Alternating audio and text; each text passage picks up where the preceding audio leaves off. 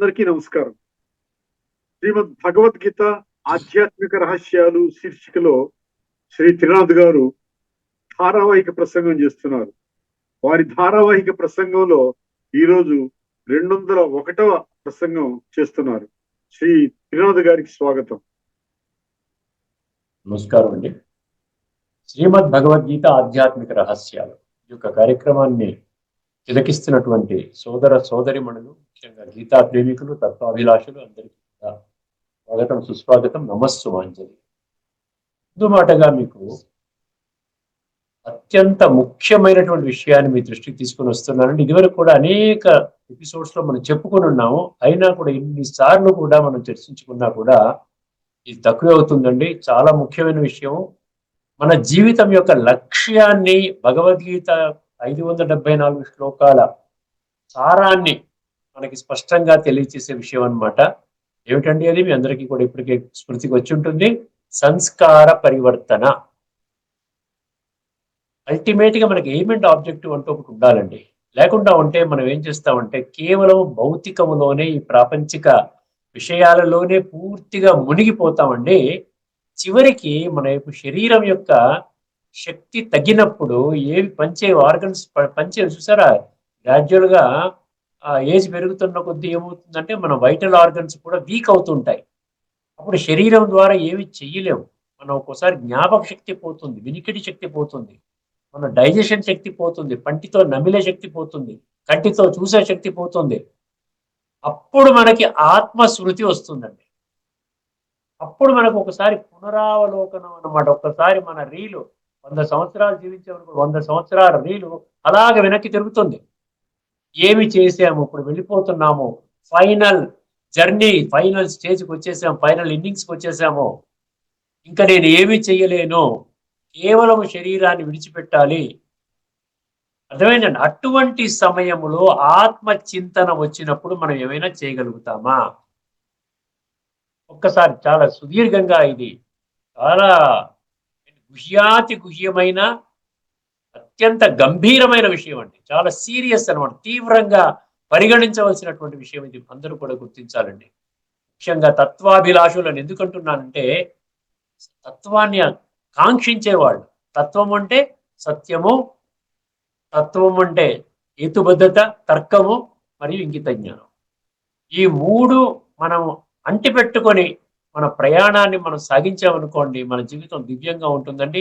ఎటువంటి టెన్షన్స్ లేవు, ఏమీ లేవు, ఉన్న రోగాలు కూడా పోతాయి, మంచి సంబంధాలు, అందరితో ఖుషిగా ఉంటాము, అందరినీ గౌరవిస్తాము, భగవంతుడికి కూడా దగ్గర అవుతాం. ఎప్పుడైతే అందరినీ గౌరవిస్తామో భగవంతుడు అంటాడు, నా పని చేస్తున్నాడు నా బిడ్డ అంటాడు. అందరినీ గౌరవించే భగవంతుడు అందరి వాడు కదా. సమూహం సర్వభూతేషు నిర్వైర సర్వభూతేషు సర్వభూత హితేరత. అర్థమైందండి? అద్వేష్ట సర్వభూతానాం. అంటే భగవంతుడి లక్షణం మనం తెచ్చుకోవాలన్నమాట. ఎప్పుడు తెచ్చుకోగలుగుతాము? స్వయాన్ని ఆత్మగా అర్థం చేసుకోవాలి. ఆత్మ అన్న పదం కేవలం చదువుకోవటానికి కాదండి. ఆత్మ అంటే ఎక్కడుంది ఆత్మ? ఇప్పటి వరకు మనం ఆ కోణంలో మనం ప్రయాణం చేయలేదు. అందుకనే భగవంతుడే ఈ సృష్టి మీద అవతరించి వారు చెప్పే మొదటి పాఠం ఏంటంటే, నీవెవరో తెలుసుకోనాయనా. నువ్వు శరీరము శరీరం అనుకుంటూ ఈ రక్తము, చర్మము, మాంసము, ఎముకలతో కూడినటువంటి ఒక అస్థి పంజరము అదే నీ ఆస్తి అనుకుంటున్నావు. ఈ అస్థి పంజరము నీ ఆస్తి కాదు. నీ ఆస్తి ఆత్మలో ఉన్న దివ్య గుణాలు, దివ్య శక్తులు, దివ్య సంస్కారాలు. దానిని అభివృద్ధి చేసుకో. ఎందుకు ఇప్పుడు భగవంతుడు వచ్చి చెప్తున్నాడు అంటే, కాలచక్రంలో ఇది ఆఖరి సమయం. ఇప్పుడు లేకున్నా మరెప్పుడు లేదు అంట. మా బ్రహ్మకుమారిస్ ఎప్పుడు ఏ కరపత్రాలు ప్రింట్ చేసినా కూడా పైన ఇప్పుడు లేకున్నా మరెప్పుడు లేదు, బి హోలీ, బి యోగి అని రాస్తాం. నవ్ ఆర్ నెవర్ అంటాం ఇంగ్లీష్ పాంప్లెట్స్ లో. ఎందుకంటే మీకు చెప్పాలి, మీకు తర్వాత రేపొద్దున ఏమిటండి నాకు భగవంతుడా, ఏమిటి ఇంత కాంప్లికేటెడ్ విషయాన్ని నాకు ఇప్పుడు ఎందుకు చెప్పలేదు? ఇదంతా కూడా భగవంతుని యొక్క, we are all messengers of God అన్నమాట. ఒక జీసస్ క్రీస్తు మాత్రమే కాదండి, ఒక ప్రాఫెట్ మహమ్మదే కాదు, ఒక శంకరాచార్య మాత్రమే కాదండి.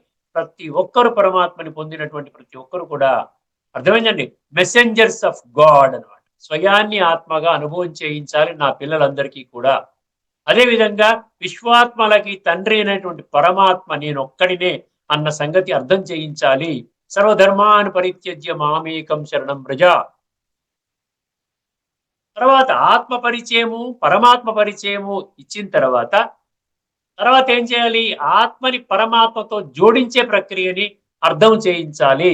దానిని ఏమన్నారు? రాజయోగము అన్నారు. రాజవిద్య రాజగుహ్యం పవిత్రమిదముత్తమం. ఇది ఉత్తమము, ఆత్మని శుద్ధి చేసేటువంటిది. ప్రత్యక్షావగమం ధర్మ్యం, ప్రత్యక్షంగా జీవితములో ఆచరించవలసినటువంటి విషయము. ధర్మ్యం అంటే ధర్మ మార్గాన మిమ్మల్ని నడిపించేటువంటి జ్ఞానము. సుసుఖం కర్తుం అన్నాడు. ఈ యొక్క ఆచరణలో మీకు ఆచరణలో కూడా మీకు సుఖాన్ని అనుభవం చేస్తారు. మీరు సుఖాన్ని అనుభవం చేస్తారు. ఆచరణలో సుఖం అంట. కర్తుం తర్వాత ఏమన్నా ఆఖరి ఏమన్నా అవ్యయం అన్నాడు. కొంచెం మీరు జ్ఞానం తీసుకున్నా కూడా, మనం ఇదివరకు కొన్ని ఎపిసోడ్స్ లో 2-3 ఎపిసోడ్స్ ముందు చర్చించుకున్నాం కదా, కొంచెం పురుషార్థం చేసినా కూడా మీరు స్వర్గ సుఖాలు అనుభవం చేస్తారు. నేను నిన్ను ఆదుకుంటాను, ఉత్తమమైనటువంటి జన్మని ప్రసాదిస్తాను. తర్వాత పురుషార్థం చేసుకుంటే ఈ యొక్క శ్రేష్ఠ జన్మలో ఆ భాగ్యం ఉంటుందన్నమాట. అందుకని ముఖ్యంగా 13వ అధ్యాయంలోని 21వ శ్లోకము, 15వ అధ్యాయంలోని 8వ శ్లోకం రాసుకున్నారు. ఇప్పటికే చెప్పుకున్నాం.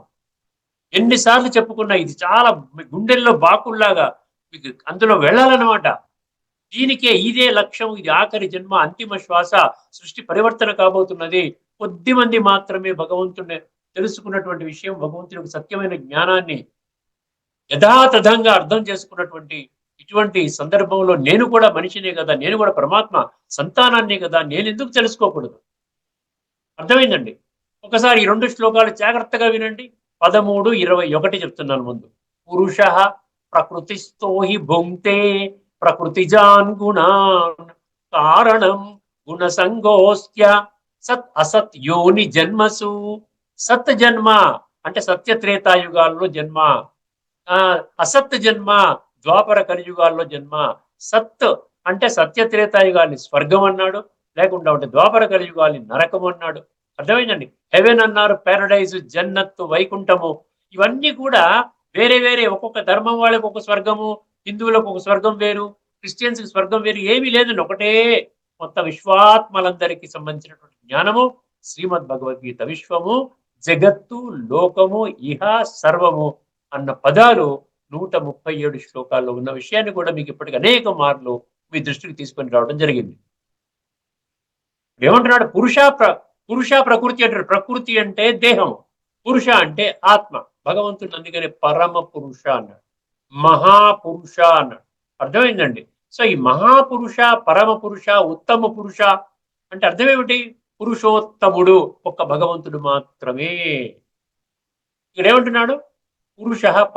పురుష ప్రకృతిస్థో హి భుంక్తే ప్రకృతిజాన్ గుణాన్.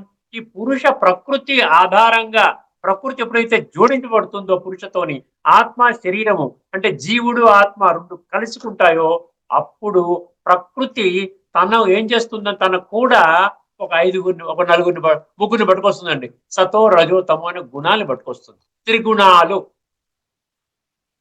దానితో పాటు 5గురు అంటే ఏంటి? పంచవికారాలు పట్టుకొస్తుంది. ఇవన్నిటిని మనం ఇది మాయ అంటారు. అర్థమైందండి. ఇవన్నిటికీ యాడ్ చేసేసి ఆత్మని పాడు చేస్తుంది అనమాట. ఇప్పుడు ఆత్మ ఏమైపోయింది? కుళ్ళిపోయింది. ఆత్మ బొగ్గులాగా అయిపోయింది, నల్లగా, బంకలాగా, మలినంగా అయిపోయింది. అర్థమైందండి. ఇప్పుడు అలాంటప్పుడు శరీరము వెళ్ళదు కదా. శరీరము పవిత్రంగా ఉంది, శరీరము బాగా ఆరోగ్యంగా ఉంది, ఆ విధంగా చనిపోయామంటే శరీరం ఏమన్నా వెళుతుందా? శరీరాన్ని భస్మం చేస్తున్నారు కదా ఇక్కడే. దేని ఆధారంగా ఉత్తమ జన్మ, దేని ఆధారంగా కనిష్ట జన్మ అంటే భగవంతుడు ఏమంటున్నాడు? ఆత్మలో నిక్షిప్తము కాబడినటువంటి సంస్కారాలు. పురుష ప్రకృతిస్థో హి భుక్తే ప్రకృతిజాన్ గుణాన్ కారణం గుణ సంగోస్త్వ సత్ అసత్ యోని జన్మసు. యోని అంటే ఊంబ్. ఎందుకంటే కొంతమంది టాటా, బిర్లా, అంబానీ ఇంట్లో, బిల్ గేట్స్ అమెరికా ప్రెసిడెంట్ వాళ్ళ ఇంట్లో, గొప్ప గొప్ప వాళ్ళ ఇంట్లో పుడుతున్నారు. కొంతమంది రోడ్డు మీద అడుక్కునే వాళ్ళ ఇంట్లో పుడుతున్నారు. భగవంతుడు అంటున్నాడు, నాకే సంబంధము లేదు, ఒక ఫార్ములాని పెట్టేశాను, సంస్కారాలు మార్చుకో. అది కూడా దాని కొరకు కూడా నేను జ్ఞానం చెప్తున్నాను, ఏ విధంగా సంస్కారాలు మార్చుకోవాలని.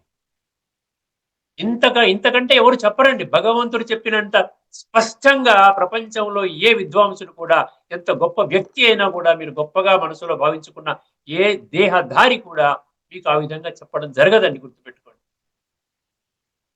మరొక శ్లోకంలో ఏమి ఇచ్చారు? 15వ అధ్యాయంలోని 8వ శ్లోకం. ఒకసారి ఆ శ్లోకాన్ని వినండి. శరీరం యదవాప్నోతి యచ్చాప్యుత్క్రామతీశ్వర గృహీత్వైతాని సంయాతి వాయుర్గంధాని వాశయాత్. ఇది శ్లోకం. అర్థమైందండి. ఇక్కడ వాసనలు అన్నాడు. వాసన, దుర్గంధము కానీ సుగంధము కానీ, ఈ మంచి వాసన కానీ చెడు వాసన కానీ ఏ విధముగా ఒక ప్రదేశము నుండి ఇంకొక ప్రదేశానికి కొనియాడబడుతుందో దేని ద్వారా? వాయువు ద్వారా కొనియాడబడుతుంది. అర్థమైందండి. మన వాష్రూమ్ ఒక నెల రోజుల పాటు మీరు కడగలేదనుకోండి, కంపు కొడుతుంది కదా. ఆ ఇంటికి వెళ్ళగానే ఏమిటండి దుర్వాసన, ఏమిటండి అంటాం. అర్థమైందండి. అదేవిధంగా ఎక్కడైనా మీరు పూజా గది నుండి మంచి అగరబత్తులు పెట్టారు, సుగంధ ద్రవ్యాలు పెట్టినటువంటి, అది పెడితే కూడా గుమగుమలాడుతుంటుంది. అర్థమైందండి. అదేవిధంగా మీ చిన్న తోట ఉందనుకోండి, మంచి ఈ సంపెంగ పూలు, ఆ పూలు, సుగంధ భరితమైన పూలను పెట్టారనుకోండి, ఆ యొక్క ప్రాంతం అంతా కూడా సుగంధ భరితంగా ఉంటుంది. సో వాయువు ద్వారా వాసనలు ప్రయాణం ఏ విధంగా చేస్తాయో, ఎంత చక్కటి మెటఫర్ చూడండి. ఆ ఉపమానం ఎంత బాగా ఇచ్చాడు. అదే విధంగా జీవుడు, అర్థమైందండి. ఈ జీవుడు అంటే శరీరము, ఆత్మ అంటే ఆత్మ. ఈ యొక్క జీవుడు అనేటువంటి శరీరము నుండి ఆత్మ ఎప్పుడైతే బయటికి వెళ్ళిపోతుందో, తన కూడా కేవలము అప్పటి వరకు చేసినటువంటి కర్మల ఆధారంగా, అది భ్రష్ట కర్మలు కావచ్చు, మంచి కర్మలు కావచ్చు అండి, ఆ కర్మల ఆధారంగా ఆత్మలో పేరుకున్నటువంటి నిక్షిప్తము కాబడినటువంటి సంస్కారాల ఆధారంగా అది డిసైడ్ చేస్తుంది ఏ తల్లి గర్భంలోకి వెళ్ళాలి. ఉన్నారు లక్షల మంది తల్లి గర్భవతులు ఉన్నారు. స్టార్టింగ్ లో పిండములాగా ఉంటుంది, 2 నెలలు 3 నెలలు అయిన తర్వాత ఆత్మ ఎప్పుడైతే ప్రవేశిస్తుందో అప్పుడు తల్లి గర్భములోని పిండములో కదలిక వస్తుంది. సో అప్పుడు ఏ ఆత్మ ప్రవేశించాలంటే నేను 100,00,000 మంది తల్లుల్లో ఏ తల్లి గర్భంలోకి వెళ్ళాలి? అక్కడ 3 రకాల తల్లులు ఉన్నారనుకోండి. సాత్వికంగా అంటే గొప్పగా టాటా, బిర్లా, అంబానీ వాళ్ళ ఇంట్లో కూడా గర్భవతులు ఉన్నారు. మధ్యస్థంగా ఉన్న వాళ్ళ గర్భవతులు ఉన్నారు. అదేవిధంగా అడుక్కునే వారి ఇంట్లో కూడా గర్భవతులు ఉన్నారు. ఏ గర్భంలోకి ఏది వెళ్ళాలి? భగవంతుడు అంటాడు, నా ప్రమేయం ఏమీ లేదు నాయన, నీ సంస్కారాలు డిసైడ్ చేస్తాయి. కానీ ఈ యొక్క సీక్రెట్ నేను లీక్ చేస్తున్నాను నీకు. అర్థమైందంటే క్వశ్చన్ పేపర్ లీక్ చేస్తున్నాను, ఆన్సర్ పేపర్ లీక్ చేస్తున్నాను, అయినా నువ్వు ఫెయిల్ అయిపోయావంటే దానికి నీవే సంపూర్ణమైన బాధ్యతని వహించాలి అంటున్నాడు. అర్థమైందండి. ఆ విధంగా వాసనలు ఎట్లాగైతే వెళుతున్నాయో, ఆ జీవుడు, ఆ ఆత్మ జీవుడు శరీరం సపరేట్ అయినప్పటికీ ఆత్మ తన కూడా ఉన్న సంస్కారాల ఆధారంగా తన యొక్క భావి జన్మని నిర్ధారించుకుంటారు. భావి జన్మ నిర్ధారించబడుతుంది. అందుకని ఏమంటున్నాడు? ఇంకోటి ఏమన్నాడు? అంతిమ సమయంలో నీవు చేసేటువంటి సంకల్పం అన్నాడు. అంతకాలేచ మామేవ స్మరణ ముక్త్వా కళేబరం అన్నాడు. అంతిమ సమయంలో నీ ఆలోచన అంతా కూడా ఇంకా డబ్బు సంపాదన, ఇంకా అదేమైపోయింది, నా ప్రాపర్టీ ఏమైపోయింది, కోర్టు కేసు ఏమైపోయింది, భార్య పిల్లలు ఏమైపోయారు, కొడుకు ఏం చేశాడు, అక్కడ ఏమైపోయాడు, ఇక్కడ ఏమైపోయాడు, డామనిపోయామనుకోండి, ఒక్కసారి మనకేమవుతుంది? మన భావి జన్మని మనము సమూలంగా నష్టపరుచుకున్న వాళ్ళం అవుతాము. గుర్తుపెట్టుకోండి. ఎలాగైనా, ఎందుకంటే ఆధ్యాత్మికత ఉంటే మనకి ఏం తెలుస్తుందంటే ఇది టెంపరరీ. నా సంబంధికులు నాతో పాటు ఒక్క జన్మకే, ఈ ప్రాపర్టీస్ ఇవన్నీ నాతో పాటు ఒక్క జన్మకే, ఇది పర్మనెంట్ కాదు. అప్పుడు మనలో ఒక షిఫ్ట్ వస్తుందన్నమాట. సంస్కారాల పరివర్తన పట్ల నా యొక్క ఫోకస్ ఇప్పుడు నేను తెచ్చుకోవాలి. అర్థమైందండి. సో ఇది విషయం అండి. ముందు మాటగా ఇప్పుడు మనం వేదాల గురించి చెప్పుకుంటున్నాం కదండి. 17వ అధ్యాయంలోని ఇప్పుడు 24వ శ్లోకంలో కూడా వేదాల గురించి ప్రస్తావన వచ్చింది. కాబట్టి దాన్ని కూడా మీ ముందు ఉంచుతున్నాను. ఇది కాకుండా మరో 2 శ్లోకాలు ఉన్నాయనుకుంటున్నాను, 2 కానీ 3 కానీ, అది కూడా మనం కంప్లీట్ చేసుకుందాం. ఒక్కసారి ఈ 17వ అధ్యాయంలోని 24వ శ్లోకం వినండి.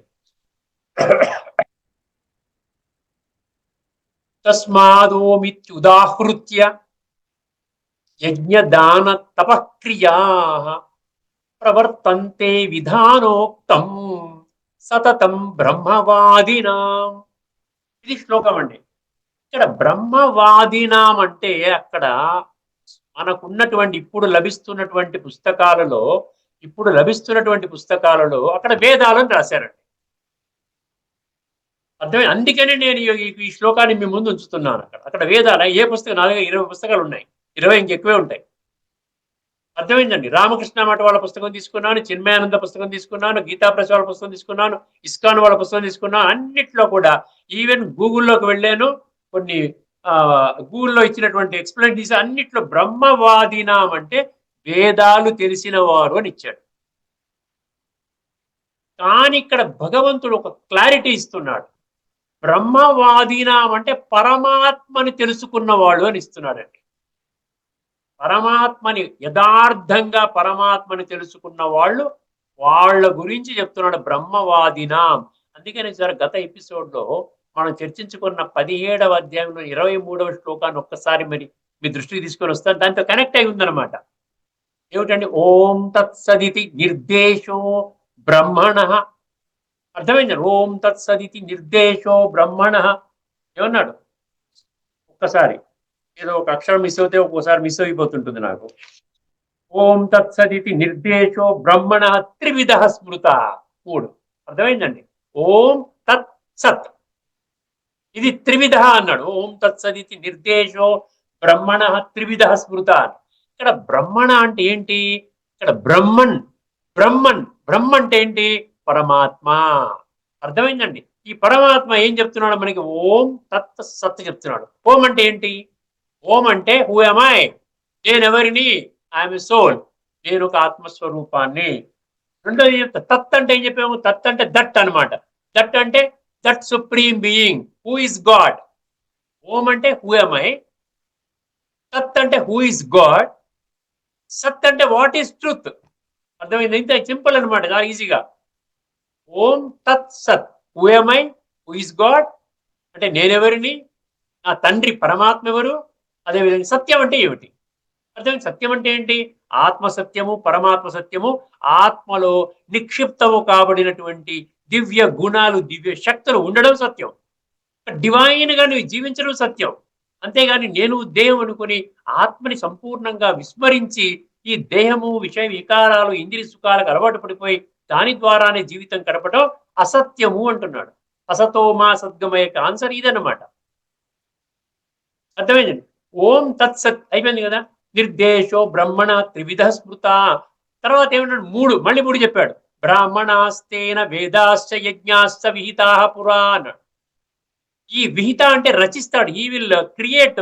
3 అంటే సంస్కార పరివర్తన చేయడం కోసం ఆయన బ్రాహ్మణులను సృష్టిస్తాడు. అంటే బ్రాహ్మణులు అంటే ఏం చెప్పారు? హూ వీఆర్, నేనెవరు, మేమెవరము, మేము బ్రాహ్మణులము, మేము శూద్రులము కాదు. ఆత్మపరంగా, గుణాలు కర్తవ్యం పరంగా, గుణాలు చేసే కర్మల పరంగా ఏం చెప్పాడు భగవంతుడు? ఈ యొక్క వర్ణాలు నిర్ధారించబడతాయి. హైయెస్ట్ వర్ణం ఏంటి? శమోదమ తపశౌచం క్షాంతిరార్జవ ఏవచ జ్ఞానం విజ్ఞానం ఆస్తిక్యం బ్రహ్మ కర్మ స్వభావజ. సో బ్రాహ్మణుల యొక్క స్వభావ లక్షణాలన్నీ కూడా అక్కడ వివరించిన 9 లక్షణాలు వివరించడం జరిగింది. అందులో ముఖ్యమైనది ఏంటి? జ్ఞానం, విజ్ఞానం, ఆస్తిక్యం.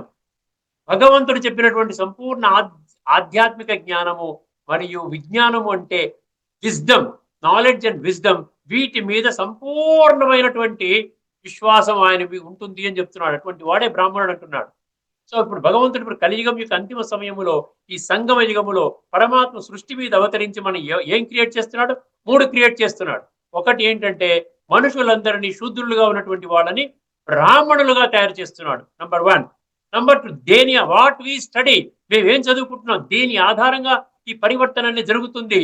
దీన్ని వేదాలు అన్నాడు. వేదాలు అంటే భగవంతుడు భగవద్గీత ద్వారా ఉచ్చరించినటువంటి 574 భగవాను వాచ శ్లోకాల ఆధారంగా చెప్పినటువంటి సంపూర్ణ ఆధ్యాత్మిక జ్ఞానము మరియు సంపూర్ణ ఆధ్యాత్మిక విజ్ఞానము, complete spiritual knowledge, complete spiritual wisdom, ఇది వేదాలు అంటున్నాడు భగవంతుడు.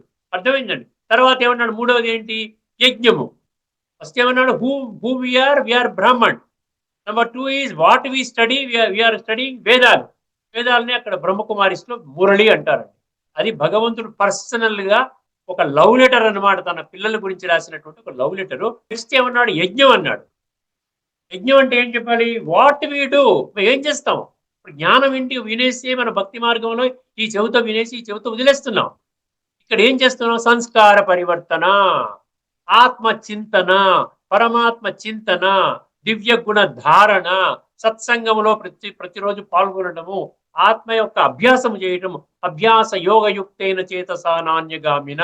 ఒక్క భగవంతుడు చెప్పిన మాటలు మాత్రమే, భగవంతుడు 7వ అధ్యాయంలో 2వ శ్లోకంలో చెప్పినట్టుగా ఇంకా దేని కొరకు మీ యొక్క ప్రాప్ట్ లేదు, నేను సంపూర్ణ జ్ఞానము సంపూర్ణ విజ్ఞానము చెప్తున్నాను అని భగవంతుడు చెప్పిన దాని ప్రకారంగా దానినే ఏమంటారు? శ్రీమతము అంటారు. ఇప్పుడు ఈ శ్లోకం చాలా ఈజీగా అర్థమవుతుంది ఈ బ్యాక్గ్రౌండ్ లో. తస్మాత్, తస్మాత్ అంటే ఏంటి? అందువలన, దేర్ ఫోర్ అంటే 17వ అధ్యాయంలోని 23తో కనెక్షన్ ఉందన్నమాట. దేర్ ఫోర్ తస్మాత్, తస్మాదోమిత్యుదాహృత్య, తస్మాదోమిత్యుదాహృత్య యజ్ఞదాన తపఃక్రియ అన్నాడు. ఇక్కడ 3 క్రియలు చెప్తున్నాడండి. అర్థమైంది? తస్మాదోమిత్యుదాహృత్య 3 క్రియలు ఏంటి ఇక్కడ? ఉదాహృత్య అంటే ఉచ్చరించడం. ఈ 3 క్రియలు చేసినప్పుడు ఓం శబ్దం ఉచ్చరిస్తారంట. తస్మాత్ ఓం ఉదాహృత్య యజ్ఞ దాన తపఃక్రియ. యజ్ఞము, దానము, తపస్సు, ఈ 3 కర్మలు ఏవైతే జరుగుతున్నాయో వర్తమానంలో ఓం ధ్వనితో ప్రారంభిస్తారంట. అర్థమైందండి? తస్మాత్ ఓమిత్యుదాహృత్య ఉదాహృత్య యజ్ఞ దాన తపఃక్రియ అంటే ఏంటి? యజ్ఞము అంటే మనం మామూలుగా ఇక్కడ యజ్ఞం చేసినప్పుడు కూడా ఓం ధ్వనితో చేస్తారు. అసలు ఓం అనేటువంటి సౌండ్ అండి, అది ప్రణవ నాదం అంటారు. అర్థమైందండి? ప్రణవ నాదం అంటే ఓం సౌండ్ అంటే ఫిజికల్ గా ముఖము ద్వారా ఓం అని రాగం తీయటం మాత్రమే కాదు. అర్థమైందండి? భలే రాగం తీస్తున్నాం, ఓం అని చేస్తున్నాం. అందులో మీరేంటంటే ఆత్మిక స్థితిలో మీరు ఉండాలి, పరమాత్మిక స్మృతిలో ఉండాలి ఆ ఓం ధ్వని అప్పుడు. అంటే ఆత్మ పరమాత్మ కలయిక జరుగుతుందన్నమాట ఆ ఓం శబ్దము ద్వారా, ప్రణవ నాదము ద్వారా జరుగుతుంది. అందుకని ఇక్కడ యజ్ఞము, దానము, తపస్సు, ఈ 3 అర్థం చేసుకున్నాడు మీకు. మీకు ఈ శ్లోకం చెప్పినటువంటి ఆ విషయం అర్థమైపోతుంది. ఏమంటున్నాడు? యజ్ఞం అంటే ఏంటి? రాజస్వ అశ్వమేధ అవినాశి రుద్ర గీతా జ్ఞాని. ఇది చాలా సార్లు మీ దృష్టికి తీసుకొని వచ్చాము. ఇది మనసులో ఉన్నటువంటి కుళ్ళుని, మనసుని పరమాత్మ మీద బలిహారం చెయ్యాలి. మనాభవ మయ్యర్పిత మనోబుద్ధి యోమద్భక్త సమే ప్రియ. 12వ అధ్యాయంలో 14వ శ్లోకములు అన్నాడు. మన్మనాభవ 9వ అధ్యాయంలోని ఆఖరి శ్లోకము, 18వ అధ్యాయంలోని 65వ శ్లోకంలో చెప్పడం జరిగింది. మన్మనాభవ అంటే నీవు నాతోని సంబంధము మనస్సు ద్వారా జోడించాలి. ఏ విధంగా? మనసు ద్వారా నీ నీ బంధువులని, నీ భార్యని, పిల్లల్ని, వాళ్ళని, వీళ్ళని నిరంతరము ఎలాగైతే జోడిస్తున్నావో అదే విధంగా నాతో కూడా అటువంటి సంబంధాన్ని జోడించాలి. సూక్ష్మము సూక్ష్మము కలవాలి, స్థూలము సూక్ష్మము కలవటం లేదు. ఆత్మ సూక్ష్మము, శరీరము స్థూలము, స్థూలము సూక్ష్మము మ్యాచ్ అవ్వటం లేదు. అందుకనే కరెంటు పాస్ అవటం లేదు. అర్థమైంది? ఇప్పుడు ఇక్కడ యజ్ఞం అంటే ఏంటి? యజ్ఞం అంటే యజ్ఞంలో మన యజ్ఞ మంటపంలో మనం మామూలుగా స్థూల వస్తువులు స్వాహా చేస్తున్నాము. ఆ యజ్ఞం గురించి భగవంతుడు చెప్పటం లేదండి. ఇక్కడ ఈ యొక్క యజ్ఞ మంటపంలో అంటే జ్ఞానం అనేది అగ్ని, యోగం అనేది అగ్నిలో మన విషయ వికారాలని స్వాహా చెయ్యాలి. క్రోధము స్వాహ, కామ వికారము స్వాహ. ఎందుకంటే పవిత్రత. ఇప్పుడు కావాల్సింది ఆత్మశుద్ధి. ఇంకా వేరే ఇంద్రియ సుఖాలు, విషయ వికారాలు చేసుకోవచ్చండి, పర్వాలేదని ఎవరు చెప్పినా అది తప్పు. భగవంతుడు ఏం చెప్తున్నాడు? ఇప్పుడు ఆత్మని శుద్ధి చేసుకోవాలి. ఎందుకంటే ఏ క్షణమైనా అంతిమ సమయం రావచ్చు. రెండు లిమిటేషన్స్ ఉన్నాయండి. ఒకటి ఏమిటంటే మన శరీరం ఎప్పటిదాకా ఉంటుంది, గ్యారంటీ ఉందా? పరమాత్మ లాస్ట్ వరకు ఓకే క్లోజ్ అన్నంత వరకు నా శరీరం ఉంటుందని గ్యారంటీ ఉందా? ఒకటి, నా శరీరం ఒక పరిమితిని విధిస్తోంది. రెండవది, భగవంతుడు ఈ సృష్టి పరివర్తన సమయం ఆసన్నమైనటువంటి క్షణము అయిపోయింది, ఫుల్ స్టాప్, టూ లేట్ అనే బోర్డు అనమాట. ఏమి చేయలేని పరిస్థితి. సో ఈ 2 పరిమితులు ఉన్నాయి కాబట్టి ఇప్పుడు విషయ వికారాల జోలికి వెళ్ళకూడదు. కామము, క్రోధము ఇవన్నీ కూడా పరమ శత్రువులు అని చెప్పి భగవద్గీతలో అనేక శ్లోకాల్లో చెప్పిన విషయం కూడా మీ దృష్టికి తీసుకొని రావడం జరిగింది. అర్థమైంది? ఇప్పుడు యజ్ఞం అంటే ఏంటి? సంస్కార పరివర్తన యజ్ఞము. ఆత్మ పరమాత్మతో సంధానం చేసి పరమాత్మ నుండి గుణాలు, శక్తులు అంటే జ్ఞానం అనేటువంటి వెలుగు ప్రసరింపజేసుకున్నట్లయితే అజ్ఞానం అనేటువంటి విషయ వికారాలతో కూడుకున్నటువంటి చీకటి నశిస్తోంది. అప్పుడు మనం హాయిగా యజ్ఞం అంటే అదనమాట. దానము అంటే ఏంటి? మళ్ళీ ఇది కూడా యజ్ఞం నుండే ఈ ఇందులో మనం వేయాల్సింది ఏంటి? స్థూలమైన వస్తువులు కాదు, పంచ వికారాలు దానము చెయ్యాలి. అప్పుడేమవుతుంది? మనిషి మనిషిగా జీవించాలి. ఆత్మ గౌరవం అని చర్చించుకున్నాం. అంటే మనల్ని మనం గౌరవించుకోవాలి ముందు. మనని మనం గౌరవించుకున్నప్పుడే ఇతరులను కూడా మనం గౌరవిస్తాం. అంతవరకు మనం గౌరవించలేము. మనం కులము, మతము, జాతి, రంగు ఉన్నవాడు, లేనివాడు ఈ యొక్క డివిజన్స్ లో ఉన్నంత వరకు మనం గౌరవించలేము. కేవలం ఆత్మిక స్థితిలో ఉన్నప్పుడే ఆత్మ అందరికీ సమానము. ఆత్మలో అందరికీ గుణాలు నిష్పక్షపాతంగా భగవంతుడు అందరి ఆత్మలలో కూడా దివ్య గుణాలను పెట్టడం జరిగింది. సో ఆ దివ్య గుణాలనే మనము చూడాలి. ఎవరిలో అవగుణాలు మనం చూడకూడదు. 9వ అధ్యాయంలోని 16వ అధ్యాయంలోని మొదటి శ్లోకంలో అపైశునం అన్న పదం ఉన్నాడు. అపైశునం అంటే ఫాల్ట్ ఫైండింగ్ క్లోజ్ చేయాలి. వాడు ఇలాంటి వాడు, వీడు ఇలాంటి వాడు కాదు. నిన్ను నీవు చూసుకోవాలి. నీలో ఎంత అవగుణాలు ఉన్నాయి, ఎంత చెత్తగున్నాయి, నీ విషయవికారాలు ఎలాగున్నాయి. నువ్వు కూడా పరమాత్మ సంతానం. నీ స్టేటస్ వాడి స్టేటస్ ఒకటే. అందుకని ఇప్పుడున్నటువంటి క్రిటికల్ మూమెంట్ లో నీ యొక్క ఈ యొక్క ఆత్మశుద్ధిని చూసుకోవాలి. అర్థమైంది? అది యజ్ఞము, దానము. తర్వాత ఏమన్నా తపస్సు అన్నాడు. తపస్సు అంటే మామూలుగా ఇక్కడ ఏం చేస్తాం? శరీరాన్ని కృషింపజేసే తపస్సులు చేస్తాం. అర్థమైందండి? చెప్పుకున్నాం కదా చాలా వరకు. ఆ అగ్ని కణాల మీద నడవటము, లేకుండా ఉంటే ఛాంబర్ లో కంప్లీట్ గా అండర్ గ్రౌండ్ లో ఉండిపోయి ఏమి తినకుండా గాలి పీల్చుకోకుండా ఇంకా బ్రతికున్నాడండి. ఇటువంటివన్నీ ఏవి కూడా శరీరము ద్వారా చేసేటువంటి ఏ ప్రక్రియ కూడా ఆత్మని శుద్ధి చేయదు. ఆత్మలో నిక్షిప్తము కాబడిన తామసిక ప్రధాన సంస్కారాలని సాత్వికంగా పరివర్తన చేయలేవు. ఇది కుండబద్దకు కొట్టినట్టు భగవంతుడు చెప్తున్నాడు. తిరుగులేని, తిరస్కరించలేని సత్యం అన్నమాట. సంస్కార పరివర్తన సూక్ష్మంలో జరగాలి, కానీ శరీరం అన్నింటి ద్వారా జరగటానికి అవకాశం లేదు. సో యజ్ఞ, దాన, తప. ఇప్పుడు తపస్సు అంటే ఏంటి? తపస్సు అంటే ఆత్మచింతన, పరమాత్మతో సంబంధాన్ని జోడించే ప్రక్రియ. దానినే రాజయోగము అంటాడు. 93 శ్లోకాలలో యోగము. ప్రతి అధ్యాయం యొక్క పేరు చివరన యోగము. ప్రతి అధ్యాయము టైటిల్ అంటే అధ్యాయం పేరులో యోగము. అధ్యాయం చివరన మళ్ళీ బ్రహ్మ విద్యాయాం యోగ శాస్త్రే. సో ఇవన్నీ కూడా యోగానికే ప్రాముఖ్యత ఇవ్వమంటున్నాడు. పరమాత్మతో బుద్ధిని జోడించడానికి దాని ద్వారా సంస్కార పరివర్తన జరుగుతుంది. సో యజ్ఞ, దాన, తపహ. అర్థమైంది? ఇక్కడ ఉపవాసము అంటే ఏమి లేదండి. ఉప అంటే సమీపము, వాసము అంటే నివాసము. ఉపవాసం అంటే శరీరాన్ని కొలబెట్టుకోవడం కాదు. నేను ఇవాళ భోజనం చేయట్లేదండి భగవంతుడి కొరకు అనకండి ఎప్పుడు కూడా. మీరు భలే ఆరోగ్యం గురించి డాక్టర్లు చెప్పారనుకోండి, వారానికి ఒకసారి భోజనం మానేయండి, బాగుంటుంది, కాస్త శరీరం బాగా బాగా డెవలప్ అవుతుంది అన్నాడు. దాని కొరకు చెయ్యండి. కానీ భగవంతుడి కొరకు నేను ఉపవాసం ఉంటున్నాను, భగవంతుడి కొరకు నేను జాగరణ చేస్తున్నాను, అది భగవద్గీత ఖండిస్తుంది. భగవద్గీత సమర్థించడం లేదు. యజ్ఞ, దాన, తప క్రియా. తర్వాత ఏమన్నాడండి? ప్రవర్తంతే విధానోక్త అన్నాడు. ప్రవర్తంట అంటే ఏంటి? యజ్ఞము, దానము, తపస్సు ప్రవర్తించడం అంటే ఆరంభించటం. ఆరంభించే టైంలో విధానోక్త, విధాన ఉక్త. విధానం అంటే శ్రీమతము. భగవంతుడి 574 శ్లోకాల ద్వారా మనకిచ్చాడు డూస్ అండ్ డోంట్స్. నువ్వేం చెయ్యాలి, ఏం చేయకూడదు, అది శ్రీమతం. ఆ విధానం ప్రకారంగా భగవంతుడు ఉక్త అంటే చెప్పబడినటువంటి విధానం ప్రకారంగా నీవు నడుచుకోవాలి. అది ఎవరు చెప్తారంట? సతతము అన్నాడు. మళ్ళీ ఇక్కడ సతతం అంటే ఇది నిరంతర ప్రక్రియ. ఏదో రోజుకు 10 నిమిషాలు పూజ చేసుకుంటానంటే కుదరదునైనా. ఆత్మ ఆత్మ పాడైపోయింది, దాన్ని బాగు చేసుకోవడానికి 5 నిమిషాలు ఇస్తున్నావు అంటే నువ్వు ఏమాత్రం కూడా దాన్ని శుద్ధి చేసుకోలేవు. అందుకని చెప్పి సతతం అని పడదు. సతమ ఎవరు చెప్తారంటే ఇదంతా కూడా బ్రహ్మవాదినాం అన్నాడు. బ్రహ్మవాదినాం అంటే భగవంతుణ్ణి గుర్తించినటువంటి బ్రాహ్మణులు ఈ విధంగా చెప్తున్నారు అంటున్నాడు. అర్థమైందండి? మళ్ళొక్కసారి శ్లోకాన్ని వినండి. తస్మాదోముచి ఉదాహృత్య యజ్ఞ, దాన, తపః క్రియా ప్రవర్తంతే విధానోక్త సతతం బ్రహ్మవాదినాం.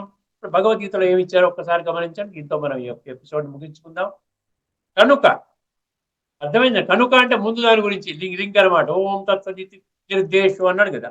కనుక వేదమంత్రములను పఠించువారు శాస్త్ర విహితములైన యజ్ఞ, దాన, తపశ్చర్యలను, శాస్త్ర విహితములైన అంటే ఇక్కడ ఏంటి? భగవంతుడి యొక్క శ్రీమతం, శాస్త్రము. దాని గురించి కూడా నేను ప్రత్యేకంగా ఒక క్లాస్ చేస్తాను. శాస్త్రం అంటే ఏమిటి అని. శాస్త్ర విహితములైన ఇప్పుడు ఏంటి? గీతాశాస్త్రం. గీతాశాస్త్రంలో చెప్పబడినటువంటి శ్రీమతం. శాస్త్ర విహితములైన యజ్ఞ దాన తపశ్చర్యలను సర్వదా ఓం అను పరమాత్మ నామమును ఉచ్చరించుచునే ప్రారంభింతురు అన్నాడు. సో ఏది చేసినా ఓం శబ్దంతో ప్రారంభము కావాలి అంటే అర్థం ఏమిటి? ఓం అంటే నేను ఆత్మస్వరూపాన్ని, నా తండ్రి పరమాత్మ, మనసు బుద్ధి ద్వారా సంబంధాన్ని రాజయోగం అనే ప్రక్రియ ద్వారా జోడించాలి. సో దీని ద్వారా యజ్ఞ దాన తపస్సు యొక్క వాస్తవిక అర్థం మనకు అర్థమవుతుంది, మన యొక్క సంస్కార పరివర్తన జరుగుతుంది.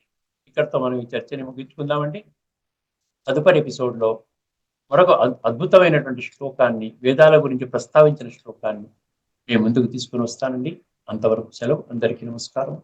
లోకా సమస్త సుఖినో భవంతు. ఓం శాంతి.